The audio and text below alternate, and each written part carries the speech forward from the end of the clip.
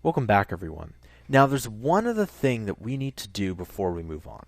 Now, sometimes, for whatever reason, the image just doesn't show up. Okay?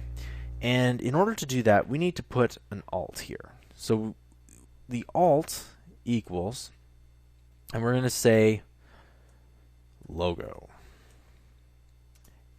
And if we just do this here, you can see that logo is displayed there because this link doesn't exist. I just kind of messed up the link here, and this picture doesn't actually exist. And as soon as I put it back here, you can say this here.